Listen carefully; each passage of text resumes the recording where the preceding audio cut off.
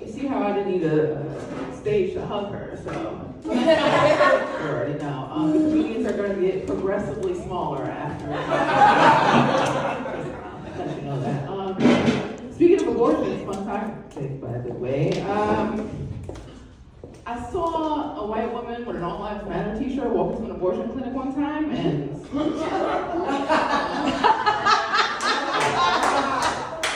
I guess not that life. I followed her on Instagram just to see if she used that hashtag. I'm like, no. We saw what she did, babe. We saw what she did. Little Timmy isn't here anymore. Also, by the way, just in case if anybody's wondering, I am selling wire hangers out of my car. No more wire hangers! I'm just kidding. I don't have a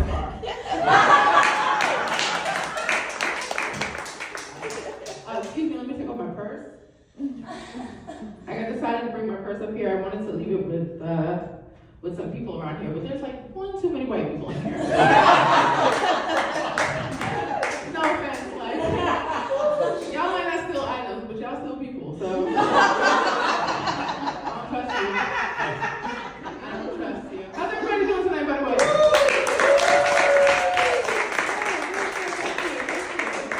I'm trying to, like, update my style a little bit, like, dress like, you know, I don't prefer the taste of pussy.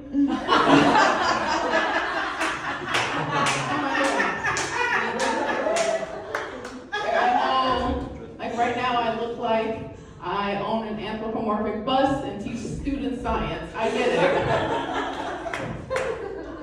But it's been a while. It's been a while since I tried to change that. You know, during COVID, you know, I was going through a deep bout of depression. So I was like, okay, how do I make my outfits fancy? So things that I want to sleep in and also die in with a blazer over it. So functional depression. But seriously though, I feel like, you know, these are usually the times when you need to check on your friends and loved ones, you know, because mental illness is a serious thing, despite what G said. She's in trouble with the Lord, by the way. I don't really feel like he exists, but just in case. No, but no, I actually had a bout with depression at one time in my life as well. It was so bad that I even thought about committing suicide. But I'm also a procrastinator.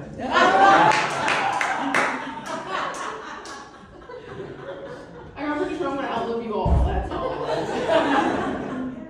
Like I have a life coach and a therapist, you know, one to help with my procrastination and one to help with my crippling depression. And I'm not sure if they're in competition. But if you guys never see me again, you know who won. That's okay, my parents are broke, I got life insurance, they'll be fine. They'll be fine. Who's in here, like, on the apps? Dating apps? Right, yeah, it's terrible, isn't it? It's 100% terrible. I'm on the apps, right, but like for friendship, because that's, like, I want to bubble for friendship and then got ghosted, so. Like, I don't know how I feel about that, because it's like, when you're in a relationship and you get ghosted, or when you're talking to somebody who's like potentially to be in a relationship with you, and you get ghosted, you think, all right, well maybe I'm just not wife material for them, you know? But when you get ghosted for friendship, it's like, you don't even want to spend time with me? We don't have a conversation. Wow, I can't even text you? Like, oh my God. It's weird. It's been a while since I've been up here. Like, I haven't done comedy or anything like that for about 3 years. I'm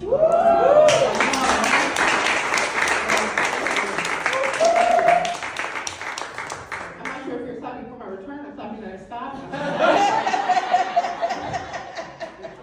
heard my comments, so yeah, I agree. No, I usually just like, I was telling jokes to my mom just to like practice to see if she likes it. So if you don't laugh, then you're just not the target audience. Like, I really do comedy for people over 65 who love it. That's great.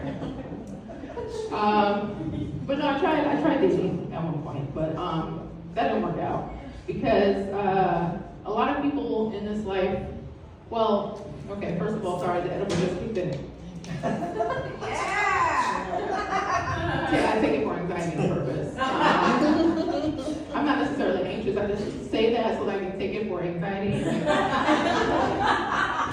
feel sorry for you and don't think you're a drug addict. So.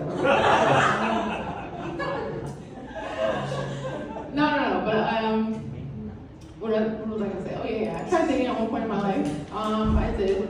But it's really hard because I am what you would call like a straight woman. Very hard to date men because most of them have an Oedipus complex and they have podcasts in which they tell women how they bleed too much because their alkaline levels are low. So it's just like, oh man, I did not know toxic masculinity didn't make me hard, but it did. It did.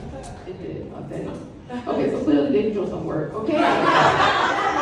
Cool. What am I gonna do next now? So catcalling season is almost over. If you like catcalling season, clap your hands. I'm surprised. I'm really surprised I don't like catcalling season, but I do like catcalling season too. But there's a special way that men catcall me when they say something to like state the obvious and then say something that makes no goddamn sense to me. For example, this guy who was like, "Hey, yo, ma, you're so tall, I love to be inside of you." I don't know why they're Caribbean right now in my head, but they are. I'm just like, dude, you're homeless. You don't be inside anything right now. What are your standards? I don't know. I don't know if I should be flattered or not. But I mean, I like the catcalling, but I also like to reverse catcall. I like catcalling men. Have any women ever tried this before? Clap your hands if you tried it. No? Okay, let me tell you something. Catcalling men is amazing, okay? First of all, your ovaries, they protrude and they become a toxic dick. I understand that might not work for some people, but I'm telling you, I was swinging it everywhere. The problem is, when men catcall me, they have a special way to make me feel special and also degrade me. And when I catcall men, I have a special way to make them feel special and also degrade myself. Perfect example. I think I was like on West 4th Street and I saw a sanitation worker, the hottest man I've ever seen in my life. Okay, hated being straight, still hate being straight, but still hot person.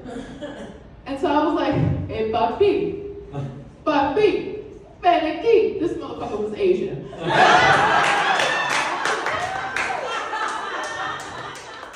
If you can handle trash, you can handle me. So we got divorced last year. I'm kidding. I recycle that dick all the time. Yeah. But I also was at a moment in my life where when COVID hit, and nobody remembers anything before COVID. I know I don't. Do you? Just gonna say that, like 2019, that was a dream. Like what? Back in the day, that was like Throwback Thursday kind of shit. But when I was in quarantine, I was alone, and being an introvert, when you're alone, you feel happy, you feel special, you feel like, yes, people, I don't need them. Then you realize you do. And you start having conversations with your cat, and you realize, okay, that's my best friend, my soulmate, my son. I'm doing great in life. Doing great in life. But I feel like I had a moment where I wanted to have kids, and I think when you want to have kids, you should go to where the demons spawned from hell congregate, and that is Chuck E. Cheese. I was invited to Chuck E. Cheese's for a child's birthday that my friend was throwing for a child, and I want to say that is your pussy's problem, not mine. Why are you inviting me? I don't have any kids. What's wrong with that? Like when I got HPV, nobody threw a celebration for that. But I think honestly, when you want to have kids, when you go there, I went there, and upon entry, I got my period. And I know what you're thinking. Usually happens. It's an everyday thing, okay? Yes, of course. But I take it as a sign. That means that my eggs saw the chaos and confusion that was happening around them, and they decided to commit suicide. So at least I know that they're not procrastinators.